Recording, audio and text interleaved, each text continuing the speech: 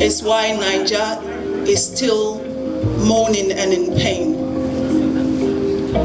Her raving words are like demons in her lungs, and her bright light is now going dim. Some days are like thunder in her lungs.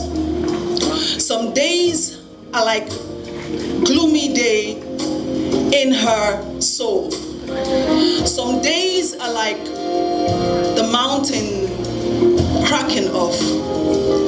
Today rained words, drenching my morning with familiar teardrops, filling me with uncertainties for this nation. So with passion I had to break the silence, that warring silence rummaging my comfort zone, leaving me with questions asking why are we now nomadic, traversing paths and digging for fear in hidden places, crossing moods of sadness and filled with anger in a land where men insanely usurped, saying in the eyes of their fellows, flaccid in repetitions, still and bland in selfish obsessions. For these I'll say, break the silence, that gagged silence yearning to echo, where uneasy words are jailed in minds and silently pregnant with no checkup in sight for a nation complex in greed.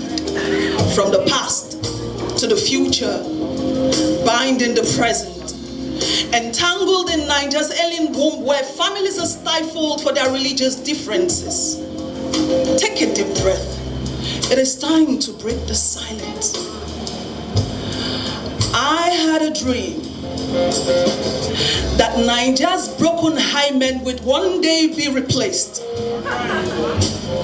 But it's a pathetic story when my security man says, I no go school, this country too hard, money no day, his young son George can't read A, B, C, D, images flashing, empty pots, holes in generations' pockets, his tender mind coughing out pieces of his past from his mother's womb. Now he is claustrophobic, afraid of no means to escape, anxious for his future, drowning in the sea of this present madness, too frail to be his own judge. Take a deep breath. Let those who really belong to no one but themselves see. If you don't care for the thumbs that printed you into this future, who then will benefit from this democracy? Hard men. Since 1960, my nation has been stuck in a black hole. We kept praying for knowledge to strike this resistance that have buried our dreams beneath Assos rock. Take a deep breath.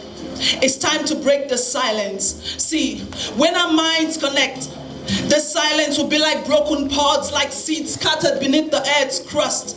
We will spring forth screaming in God we trust with our angry voices like sirens, asking who, what, when numbers are subtracted from 180 million daily. We can't forget those girls whose 3 square meals were taken, or hooded men in creeks and bushes whose minds need an awakening, or women in marketplaces whose wombs are still forming babies punished for a crime they never committed, or graduates on street corners whose certificates are now screaming placards. I have a dream that one day the silence will color us green, not to envy, just white, void of political impurities. Our voices will mend broken bridges, and our hearts will come gushing forth in unity. I have unchained this warring silence, so do not try to stop us, for you can't imprison the wind. Do not try to stop us, for you can't imprison the wind. Do not try to stop us, for you can't imprison the wind, for I have a dream.